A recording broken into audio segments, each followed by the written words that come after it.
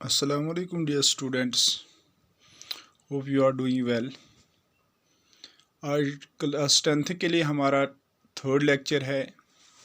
हम टर्मिनोलॉजी पढ़ रहे हैं बेटा। इससे पहले कि मैंने कल आपको बोला था कि इससे पहले कि हम हार्मोन्स की प्लांट हार्मोन्स फाइटो हार्मोन्स की फंक्शंस पढ़े, सबसे पहले हमें कुछ टर्म्स के बारे में पता होनी चाहिए। ठीक है बेटा। तो कुछ टर्म्स हमने पढ़ी थी, जैसे कि डॉर्मेंसी किसको कहते हैं, जैसे कि हमने पढ़ा था क्या कहते हैं इसको, जर्मिनेशन किसको कहते हैं, और उसके बाद हम ग्रोथ पे आए थे, ग्रोथ किसको कहते हैं। तो फिर मैंने फाइनली आपको कहा था ग्रोथ जो होती है एक लिविंग ऑर्गेनिज्म में या एक सेल में या एक ऑर्गन की जो ग्रोथ होती है वो थ्री फेजेस में होती है। कितनी फेजेस में? 3 फेजेस में वो ग्रोथ होती है। ठीक है बेटा। तो आज हमें वो डिस्कस करनी है वो 3 फेजेस किसके, ग्रोथ के। ठीक है बेटा। तो इससे पहले कि मैं लेक्चर स्टार्ट करूं, तो सबसे पहले मैं एक बार फिर से वो बात रिपीट करना चाहता हूं कि आप क्या करोगे, जब आप लेक्चर डाउनलोड करोगे तो पेन कॉपी सामने होना चाहिए, ताकि जितने भी पॉइंट्स आप यहाँ पे सुनोगे वो आप नोट डाउन करके रखोगे, ताकि एक किस्म के सेल्फ मेड नोट्स आपके लिए तैयार हो जाएंगे। ठीक है बेटा। बाद में अगर आप फ़ोन से डिलीट भी करोगे तो नो इश्यूज़, कम से कम कॉपी आपने मेंटेन की होगी। ठीक है। तो अब सवाल है, पहला फेज जो है ग्रोथ का, that is called the cell division phase, जिसको हम फॉर्मेटिव फेज भी कहते हैं। यानी कि यही से ग्रोथ शुरू होती है। क्या होता है इस सेल डिवीजन फेज में? जो एक सेल होती है ना बेटा, एक सेल जो होती है उसको क्या होता है, रिपीटेड माइटोटिक डिवीजन्स होते हैं उसमें। ठीक है बेटा। क्योंकि आपको पता है कि सेल्स का एक इम्पॉर्टेंट कैरेक्टरिस्टिक फीचर है that they have power of division, यानी कि सेल्स डिवाइड होते हैं। तो जब भी एक ऑर्गेनिज्म की या एक सेल की, एक ऑर्गन की ग्रोथ होती है, तो वो ग्रोथ कहाँ से शुरू होती है? सेल डिवीजन से। यानी कि cell division is the basis of growth, ये ग्रोथ की बुनियाद है। तब तक कोई सेल, कोई ऑर्गन, कोई ऑर्गेनिज्म ग्रोथ नहीं दिखा पाता है जब तक ना उसकी सेल्स क्या होती है, डिवाइड होती है। सेल डिवीजन यानी कि growth is the result of, ये याद रखना बेटा, कहा जाता है कि growth is the result of cell division, यानी कि ग्रोथ सेल डिवीजन की वजह से ही होती है। यानी कि सेल डिवीजन बुनियाद है किसकी? ग्रोथ की। तो क्या है कि पहला फेज जो ग्रोथ का, जिसको मैंने कहा कि सेल डिवीजन फेज कहते हैं या फॉर्मेटिव फेज कहते हैं, इसमें क्या होता है बेटा, सेल्स जो होती है वो माइटोटिकली डिवाइड होती है to form a large number of cells. ठीक है बेटा। 1 से 2, 2 से 4, 4 से 8, 8 से 16 या सो ऑन। ठीक है बेटा। वो सेल डिवीजन में आपने देखा कि अब क्या होता है, सेल डिवीजन में क्या होता है बेटा, जो सेल्स होती है उनको रिपीटेड माइटोटिक डिवीजन्स होते हैं, जिससे क्या होती है बेटा, जिससे मतलब बाद रिपीटेड, जिससे सेल्स का नंबर इंक्रीज हो जाता है। ठीक है बेटा। जिससे सेल्स का नंबर, इसको हम सेल फॉर्मेशन भी कहते हैं, ये याद रखना। सेल डिवीजन फेज को सेल फॉर्मेशन फेज भी या फॉर्मेटिव फेज भी हम कहते हैं, क्योंकि इसमें क्या होता है, नई सेल्स बन जाती है by the mitotic division of pre existing cells. सीधी सी बात है। वो क्या याद रखोगे इस सेल डिवीजन में आप? सेल डिवीजन में क्या होता है इस सेल डिवीजन फेज में? New cells are produced, new cells are produced from the mitotic by the mitotic divisions of the pre existing cells, ये याद रखना। ठीक है बेटा।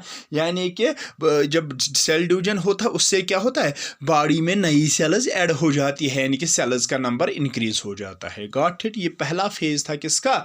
ग्रोथ का। इसमें क्या होता है कि नई सेल्स बन जाती है by the mitotic division of pre existing sales, और यानी कि बॉडी में सेल्स का नंबर ऐड हो जाता है, यानी कि सेल्स का नंबर बढ़ जाता है, बॉडी में ज़्यादा से ज़्यादा सेल्स ऐड हो जाती है। ठीक है बेटा। और वो सेल्स जो होती है तकरीबन जेनेटिकली क्या होती है, सिमिलर होती है, क्योंकि माइटोसिस में आपने देखा है कि क्रोमोसोम्स रेप्लिकेट होते हैं। ठीक है बेटा। और एक रेप्लिकेट यानी कि वो डिवाइड इक्वली होते हैं, both quantitatively as well as qualitative, ये याद रखना। इसीलिए आपने सुना है कि माइटोसिस को सोमैटिक सेल डिवीजन भी कहा जाता है। तो सिंपल टर्म्स में आप लोग याद रखोगे कि ये जो पहला फेज है ग्रोथ का, that is called the cell division phase. इसमें क्या होता है, new cells are produced from the by the mitotic division of the pre existing cells. उससे क्या होता है, सेल नंबर इंक्रीज हो जाता है। सेल नंबर यानी कि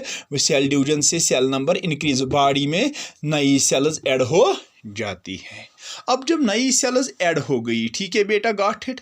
अब वो जो नई सेल्स है बेटा, वो रेप्लिकेटेड सेल्स जो है, अब अब उसके बाद क्या होता है बेटा, उनका साइज इंक्रीज हो जाता है। अब शुरू होता है दूसरा फेज फिर किसका, ग्रोथ का। वो पहले फेज में सेल नंबर इंक्रीज हो गया, यानी कैसे इंक्रीज हो गया, जो प्री एग्जिस्टिंग सेल्स थी वो डिवाइड हो गई, वो रेप्लिकेट हो गई और नई सेल्स बन गई, जिससे सेल नंबर क्या हो गया, इंक्रीज। क्योंकि आपने सुना है कि living cells have the power of division. ठीक है बेटा, गॉट इट। को इससे आपको पता चली कि ये जो सेल डिवीजन है it is the basis of growth, इसीलिए कहा जाता है, यानी कि एक ग्रोथ की बुनियाद है, यही से ग्रोथ शुरू होती है, इसीलिए कहा जाता है कि growth is a result of cell division. अब जब सेल डिवीजन हो गया, सेल डिवीजन में क्या हुआ, सेल नंबर इंक्रीज हुआ। अब उसके बाद क्या होगा बेटा, ये न्यूली फार्मड सेल्स जो है, जो कि फार्मेटिव फेज में बन गई, उनको एनलार्जमेंट हो जाती है। एनलार्जमेंट मीन्स इनका साइज इंक्रीज हो जाता है, यानी कि इनमें इलांगेशन हो जाती है।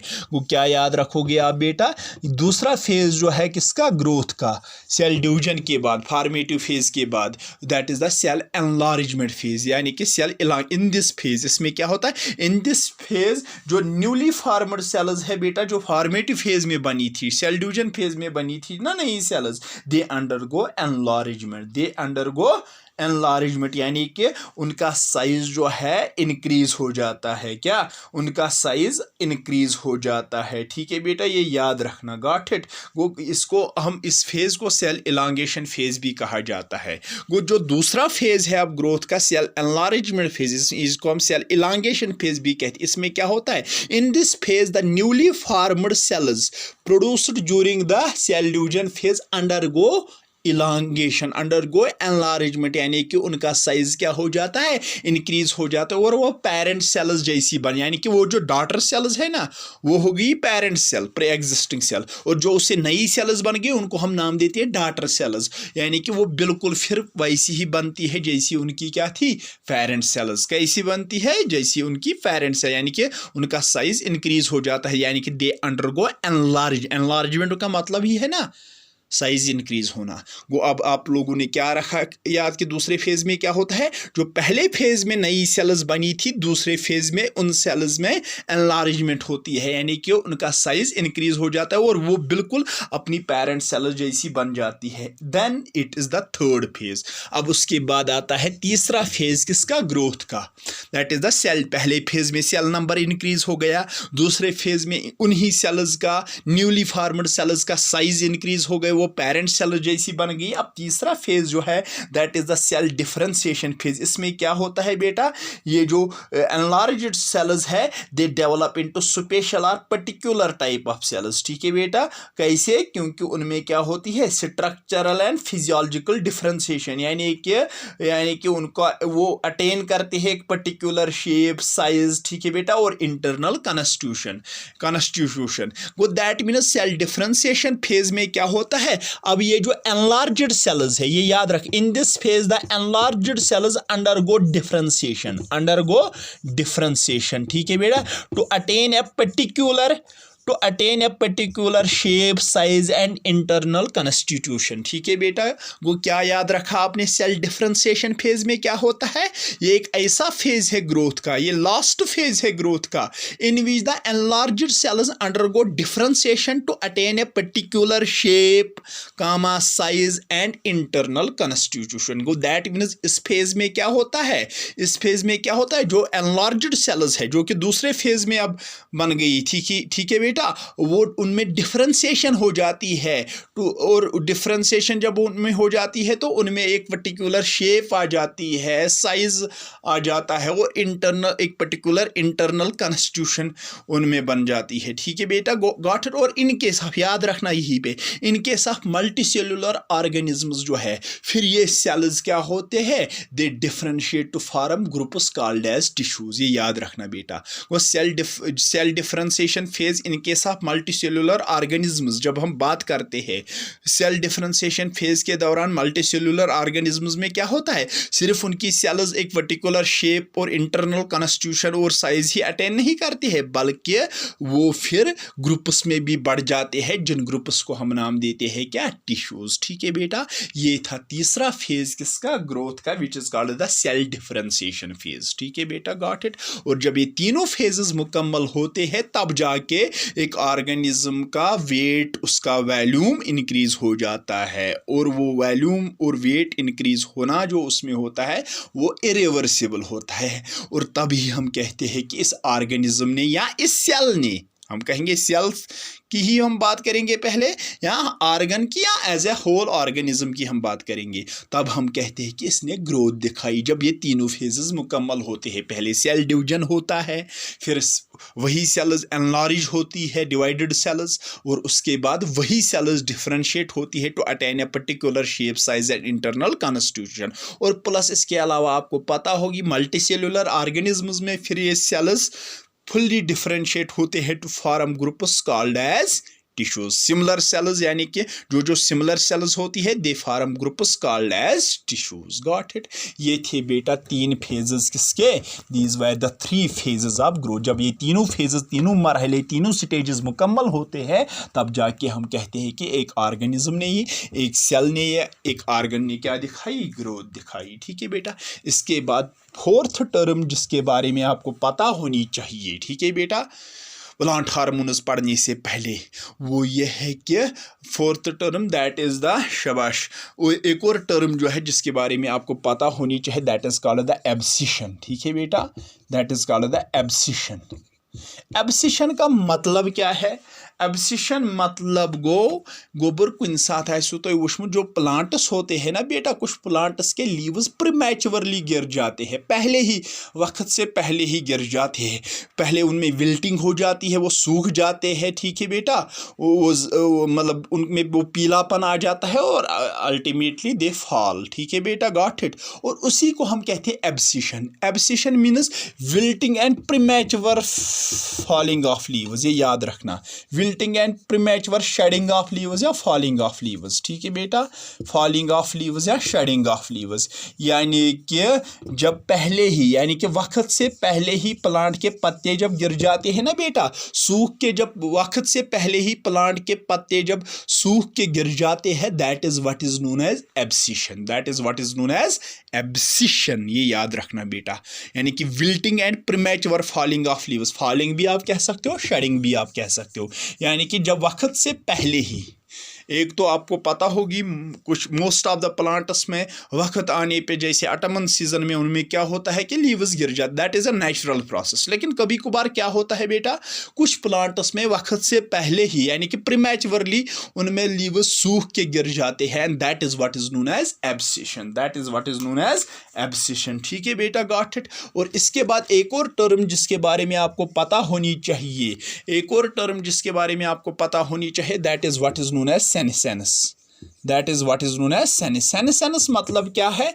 जैसे कि आपने देखा है कि एनिमल्स में बुढ़ापा आ जाता है। ठीक है बेटा, जैसे आपने देखा है कि एनिमल्स में क्या आता है, बुढ़ापा आ जाता है। ठीक है बेटा, यानी कि एनिमल्स जो है उनमें एजिंग हो जाती है। वैसे ही आपने सुना होगा ये जो प्लांट्स है इनमें भी क्या हो जाती है, इनमें भी एजिंग हो जाती है, यानी कि ये भी बूढ़े हो जाते हैं। ठीक है बेटा, and that is what is known as senescence. यानी कि जब क्या होता है बेटा, सेनेसेंस मतलब गो येल जन गोबर क्या गसान छ, येल जन कैंचन कुलन मज क्या यिवान एजिंग यिवान छ। ठीक है बेटा, that is what is known as senescence. ठीक है बेटा, that is what is known as senescence. कुछ मतलब अनफेवरेबल कंडीशंस की वजह से भी कभी कभार प्लांट्स में सेनेसेंस जल्दी आ जाती है। वो senescence means ageing of leaves, या हम कहेंगे एजिंग ऑफ प्लांट। ठीक है बेटा, that is what is known as, यानी कि जब बूढ़ापा आ जाता है बेटा किसमें, एक प्लांट में या उसके लीव्स में, that is what is known as senescence. इसके बाद एक और टर्म जो है जिसके बारे में आपको पता होनी चाहिए, एक और टर्म जिसके बारे में आपको पता होनी चाहिए, that is what is known as parthenocarpy.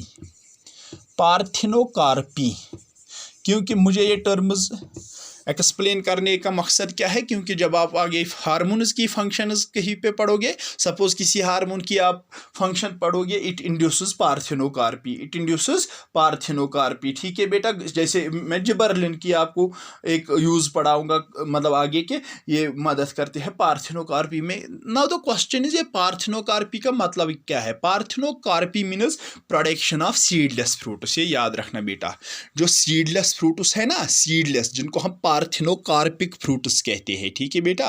वो प्रोड्यूस करने को हम क्या कहते हैं, पार्थिनोकार्पी, यानी कि सीडलेस फ्रूट्स बनाने को हम क्या कहते हैं, parthenocarpy. Production of seedless fruits, production of seedless fruits, यानी कि सीडलेस फ्रूट्स प्रोड्यूस करने को हम कहते हैं पार्थिनोकार्पी। और वैसे फ्रूट्स को जो सीडलेस होते हैं, जिनमें सीड्स नहीं, अक्सर सीड्स में फ्रूट्स में सीड्स पाई जाती, लेकिन कुछ फ्रूट्स ऐसे भी होते हैं जिनमें सीड्स नहीं होते हैं, जैसे आपने वो सीडलेस ग्रेप खाया होगा या आपने केला खाया होगा, वो क्या है बेटा, those are parthenocarpic fruits. And the process of production of seedless fruits is called parthenocarpy, ठीक है बेटा। इसके बाद एक और पॉइंट जिसके बारे में आपको पता होनी चाहिए, that is what is known as rooting. Rooting का मतलब क्या है, rooting, ROOT, rooting means formation of roots, ठीक है बेटा, यानी कि रूट्स निकलना किसी बड़ से, या हम कहेंगे प्लांट से रूट्स निकलना, that is called the rooting, ठीक है बेटा, यानी कि formation of roots is called rooting. क्योंकि कहीं पे आपको मैं किसी हार्मोन की फंक्शन पढ़ाऊंगा कि it initiates rooting in plants, go routing का मतलब ये, यानी कि उसको रूट्स बनाने में मदद करता है। ऐसे फ्लावरिंग, फ्लावरिंग मतलब क्या हुआ, फॉर्मेशन ऑफ फ्लावर्स। ये टर्म सारी की सारी आपको याद रखनी पड़ेगी, ठीक है। Formation of fruit flowers is called flowering, ठीक है बेटा। फ्लावर्स बनने को, फ्लावर्स निकलने को हम कहते हैं क्या, फ्लावरिंग, ठीक है बेटा, गॉट इट। फ्लावर्स निकलने को हम क्या कहते हैं, फ्लावरिंग। इसके बाद एक और टर्म जिसके बारे में आपको पता होनी चाहिए, that is what is known as shelf life. Shelf life, ये फ्रूट्स के रिलेटेड एक पॉइंट है, shelf life, SHELF, shelf life. Shelf life मतलब क्या हुआ, शेल्फ लाइफ मतलब गो गोबर जी कतिस कालस हेक अख फ्रूट फ्रेश रूजित, ठीक है बेटा, जूसी रूजित, क्रिस्पी रूजित, so that means for how much time a fruit will remain fresh is called it is shelf life. कितनी देर, क्योंकि आपको पता होगी बेटा, जो फ्रूट्स बाहर से यहाँ आ जाते हैं, कुछ फ्रूट्स जो है उनको जल्दी मतलब ख़राब होने का ख़तरा होता है, नहीं, इसलिए क्या किया जाता है, उन पे कुछ हार्मोन्स का इस्तेमाल किया जाता है, हार्मोन्स का स्प्रे किया जाता है, जो उनका शेल्फ लाइफ क्या करते हैं, इंक्रीज़ करते हैं, बढ़ा देते हैं, यानी कि उनको ज़्यादा देर तक फ्रेश रखते हैं, ताकि मार्केट में वो मार्केट वैल्यू उनका इंक्रीज़ हो जाए, ताकि मार्केट में उनकी डिमांड बढ़ जाए, ठीक है बेटा। वो दैट मीन्स शेल्फ लाइफ का मतलब ही है कि for how much time, for how much time a fruit will remain, for how much time a fruit will remain fresh, कितनी देर तक एक फ्रूट क्या, फ्रूट विल रिमेन फ्रेश, कितनी देर तक एक फ्रूट क्या रहेगा, फ्रेश रहेगा, is called it a shelf life, उसको हम उसका शेल्फ लाइफ कहते हैं। For how much time a fruit will remain fresh is called it a shelf life, यानी कि कितनी देर तक एक फ्रूट फ्रेश रहता है, उसको हम क्या नाम देते हैं बेटा, उसको हम नाम देते हैं शेल्फ लाइफ, ठीक है बेटा, उसको हम नाम देते हैं शेल्फ लाइफ। एक और टर्म जिसके बारे में आपको पता होनी चाहिए यहाँ पे, that is the sex expression, ठीक है बेटा। सेक्स एक्सप्रेशन मतलब क्या गो गोबर, सेक्स एक्सप्रेशन मतलब गोज, यानी कि कौन सा मतलब जेंडर, कौन सा सेक्स एक मतलब प्लांट में डोमिनेंट रहेगा, that is what is known as, यानी कि कौन सा जेंडर, कौन सा सेक्स अपने आप को एक्सप्रेस करेगा, अपने आप को डोमिनेंट बनाएगा, that is what is known as sex expression. जिसमें सपोज मैं आपको यहाँ पे एक दूंगा, masculine expression and feminine expression. Masculine expression मतलब गो येल जन कुस मेल कैरेक्टर डोमिनेंट गस कुन कुलिस मज, अस वनो अमिस कुस इफेक्ट गो प्रोड्यूस, अस वनो तम साथ मस्कुलाइन इफेक्ट, मस्कुलाइन एक्सप्रेशन गो अमिस मज प्रोड्यूस। और फेमिनाइन इफेक्ट गो येल फीमेल कैरेक्टर अकिस कुलिस मज डोमिनेंट गस, ठीक है बेटा, यानी कि येल सो फीमेल कैरेक्टर अपीयर कर, यानी कि फीमेल कैरेक्टर अगर तमिस मज प्रोड्यूस गस, इस दपो अम हो कुस इफेक्ट, अम हो फेमिनाइन इफेक्ट, ठीक है बेटा। गो सेक्स एक्सप्रेशन मतलब गो, सेक्स एक्सप्रेशन मतलब गो जे कौन सा सेक्स, कौन सा जेंडर अपनी डोमिनेंसी दिखाता दिखाता है, that is what is known as sex expression. ठीक है बेटा, गॉट इट। सेक्स एक्सप्रेशन मतलब गो ज to showing off dominancy by a particular showing off dominancy by a particular sex, showing off dominancy by a particular sex। Suppose मैं आपको आगे पढ़ाऊंगा hormones की फंक्शंस, मैं किसी हार्मोन की फंक्शन ये पढ़ाऊंगा कि it produces masculine effect in the plants, वो दैट मीन्स वहाँ पे किस मतलब कैरेक्टर ने, किस सेक्स ने क्या अपने आप को एक्सप्रेस किया, यानी कि आप अपनी डोमिनेंसी दिखाई, that is the male character, male sex ने वहाँ पे अपनी डोमिनेंसी दिखाई, अपने आप को एक्सप्रेस किया। गो दैट मीन्स कौन सा सेक्स डोमिनेंसी दिखाता है। ठीक है बेटा, यानी कि showing of dominancy by a particular sex is called sex expression. कौन से मतलब सेक्स ने, कौन से जेंडर ने अपनी डोमिनेंसी दिखाई, अपने आप को एक्सप्रेस किया, अपने आप को इजहार किया, that is what is known as sex expression. क्योंकि इन हार्मोन्स का रोल जो है बेटा, जो हम पढ़ने जा रहे हैं, इनका रोल सेक्स एक्सप्रेशन में भी है। कोई यानी कि कोई जो है मतलब मस्कुलाइन इफेक्ट प्रोड्यूस करवाता है प्लांट्स में, और कोई फेमिनाइन इफेक्ट प्रोड्यूस करवाता है किसमें, प्लांट में। ठीक है बेटा, कोई मस्कुलाइन इफेक्ट प्रोड्यूस करवाता है, कोई फेमिनाइन इफेक्ट प्रोड्यूस करवाता है किनमें, प्लांट्स में। ठीक है बेटा, गॉट इट। ऐसे ही एक और टर्म जिसके बारे में आपको पता होनी चाहिए, that is the tissue culture. Tissue culture, ठीक है बेटा, टिश्यू कल्चर का मतलब क्या है, ये बेसिकली टिश्यू कल्चर एक मेथड है आर्टिफिशियल वेजिटेटिव प्रोपेगेशन का। ठीक है बेटा, जिसको हम माइक्रो प्रोपेगेशन भी कहते हैं, जिसमें हम क्या करते हैं, एक छोटी सी सेल से या एक छोटे से मतलब टिश्यू से हम हज़ारों में नए प्लांट्स तैयार करते हैं। ठीक है बेटा, and that is what is known as tissue culture, या इसीलिए उसको हम माइक्रो प्रोपेगेशन भी कहते हैं। वो टिश्यू कल्चर जो है ना बेटा, ये टिश्यू कल्चर एक किस्म का क्या है, ये टिश्यू कल्चर एक टाइप है किसका, आर्टिफिशियल वेजिटेटिव प्रोपेगेशन का, यानी कि अ टाइप ऑफ या a method of tissue culture क्या है, a method of artificial vegetative propagation. ठीक है बेटा, इन विच thousands of new plants are produced from a small cell or a tissue, under, मगर कहाँ पे, ये कहाँ पे किया जाता है, अंडर, ये फील्ड में नहीं किया जाता है, ये लेबॉर्ट्री में किया जाता है, अंदर लेबॉर्ट्री कंडीशंस, ये याद रखना, इज कॉल्ड टिश्यू कल्चर या माइक्रो प्रोपेगेशन। वो मैं आपको आगे पढ़ाऊंगा। टिश्यू कल्चर जो है इसमें भी अहम रोल है कुछ हार्मोन्स का। गो दैट मीन्स टिश्यू कल्चर एक ऐसा मेथड है आर्टिफिशियल वेजिटेटिव प्रोपेगेशन का, जिसमें हम हंड्रेड्स एंड थाउजेंड्स ऑफ नए प्लांट्स तैयार करते हैं एक स्मॉल सेल से या एक स्मॉल टिश्यू से, मगर कहाँ पे, लेबॉर्ट्री कंडीशंस में। ठीक है बेटा, ये आप पढ़ोगे 3rd चैप्टर में। ये एक मेथड है आर्टिफिशियल वेजिटेटिव प्रोपेगेशन का। कौन, tissue culture. It is also called as micro propagation, जिसमें हम नए हजारों प्लांट्स तैयार करते हैं एक छोटी सी सेल से या एक छोटे से टिश्यू से, लेकिन कहाँ पे, लेबॉर्ट्री में। ठीक है बेटा, इसी को हम कहते हैं टिश्यू कल्चर। ये था एक और टर्म जिसके बारे में आपको पता होनी चाहिए। ऐसे ही एक और टर्म है, that is what is known as, एक और टर्म जो है that is what is known as stomatal opening and closure. Stomata, तो आपको पता होगी स्टोमेटा क्या होते हैं, ये छोटे छोटे पोर्स होते हैं, टिनी पोर्स होते हैं जो पाए जाते हैं प्लांट सरफेसेस पे, स्पेशली लीव्स पे। ज़्यादा तादाद इनके प्लांट्स के लीव्स में होता है। ठीक है, हाँ नो डाउट स्टेम में भी होता है। ठीक है बेटा, लेकिन ज़्यादा तादाद इन पोर्स का जो होता है वो कहाँ होता है, लीव्स में, प्लांट्स के लीव्स में।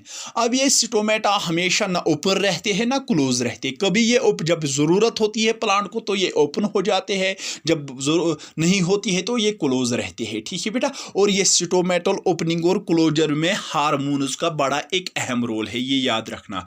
बड़ा एक अहम रोल है किनका, हार्मोन्स का, स्टोमेटल ओपनिंग और क्लोजर में। Stomatal opening means opening of those pores, यानी कि closure means closing of pores, closing of stomata. इनमें यानी कि स्टोमेटा ओपन करने में और क्लोज करने में प्लांट्स में एक अहम रोल है किनका, हार्मोन्स का। क्योंकि कभी जब प्लांट को आपको ज़रूरत पड़ती है स्टोमेटा की तब ये ओपन हो जाते हैं, और जब नहीं पड़ती है तो तब ये क्लोज रहते हैं। ठीक है बेटा। और एक और टर्म जिसके बारे में आपको पता होनी चाहिए, that is what is known as anti transpirants.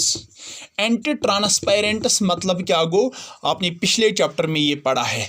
Anti ट्रांसपेरेंट्स means those substances विच मतलब प्रिवेंट और reduce the rate of transpiration. ये याद रखना, यानी कि वो सबस्टेंसेस जो या तो पूरी तरह से प्लांट्स में ट्रांसपेरेशन रुकवाते हैं या ट्रांसपेरेशन की रेट को रिड्यूस करवाते हैं, कम करवाते हैं। जैसे कि मैंने आपको कहा था बेटा, जब ट्रांसपेरेशन हमने प्रीवियस चैप्टर में पढ़ी थी, तो उस टाइम मैंने आपको बोला था कि ड्राफ्ट कंडीशंस में ये ट्रांसपेरेशन जो है एज एन इवल मतलब वहाँ पे ये मतलब प्रूव होता है, क्योंकि इसको नेसेसरी इवल कहा जाता है। ये ज़रूरी भी है प्लांट के लिए, लेकिन कभी कभार ये प्लांट्स के हार्मफुल के लिए हार्मफुल भी साबित होता है ये ट्रांसपेरेशन। इसलिए उस टाइम ड्राफ्ट कंडीशंस में, खुश्क साली में हम क्या करते हैं, कुछ सबस्टेंसेस का यूज़ करते हैं किसमें, प्लांट्स में ट्रांसपेरेशन रुकवाने में या ट्रांसपेरेशन रेट कम करवाने में। और उन सबस्टेंसेस को, जैसे मैंने वो सरफेस फिल्म्स की वहाँ पे एग्जांपल दी थी, या मेटाबॉलिक इनहिबिटर्स की, यहाँ पे तो एज ए मेटाबॉलिक इनहिबिटर ही प्लांट हार्मोन्स यूज़ होते हैं। ठीक है बेटा, ट्रांसपेरेशन रुकवाने में या ट्रांसपेरेशन रेट रिड्यूस करवाने में। गो दैट मीन्स सिंपल टर्म्स में आप याद रखोगे, एंटी ट्रांसपेरेंट्स मीन्स दो सबस्टेंसेस विच प्रिवेंट, जो या तो पूरी तरह से रोकते हैं, विच प्रिवेंट या or reduce the rate of या तो ट्रांसपेरेशन को ये पूरी तरह से क्या करवाते हैं, रोकते हैं, यानी कि ट्रांसपेरेशन नहीं होने देते हैं प्लांट में, या ट्रांसपेरेशन रेट को कम करते हैं। ठीक है बेटा, दो सबस्टेंसेस, यानी कि उन सबस्टेंसेस को हम एंटी ट्रांसपेरेंट्स कहते हैं, यानी कि वो सबस्टेंसेस जो या तो प्लांट्स में ट्रांसपेरेशन रोकते हैं या ट्रांसपेरेशन की रेट को कम करते हैं। Those are called anti transpirants. ये कुछ टर्म्स थी जिनका सामना आपको आगे करना पड़ेगा जब हम कल उठाएंगे फंक्शंस ऑफ प्लांट हार्मोन्स। ठीक है बेटा, यानी कि फाइटो हार्मोन्स। और भी कुछ टर्म्स मत होंगी जो छोटी होगी, तो वही पे पढ़ेंगे जब हम फंक्शन स्टार्ट करेंगे किनकी, हार्मोन्स की। ठीक है बेटा, तो इंशाल्लाह कल नेक्स्ट लेक्चर में हम अब उठाएंगे क्या, प्लांट हार्मोन्स, फाइटो हार्मोन्स, जिनको ग्रोथ रेगुलेटर्स भी कहते हैं। और सारे के सारे हार्मोन्स की हम क्या पढ़ेंगे वहाँ पे, सारे प्लांट हार्मोन्स की हम वहाँ पे फंक्शंस पढ़ेंगे। ठीक है बेटा, गॉट इट। तो आपको पता होगी प्लांट्स में मेन 5 किस्म के हार्मोन्स पाए जाते हैं, auxins, gibberellins, cytokinins, abscisic acid and ethylene. ठीक है बेटा, तो सारी की सारी हार्मोन्स की फंक्शंस वहाँ पे हम पढ़ेंगे। वहाँ पे आपको इन टर्म्स का और भी कुछ टर्म्स होंगी तो वो वहाँ पे हम क्लियर करेंगे। ठीक है बेटा, आज के लिए इतना ही, थैंक यू।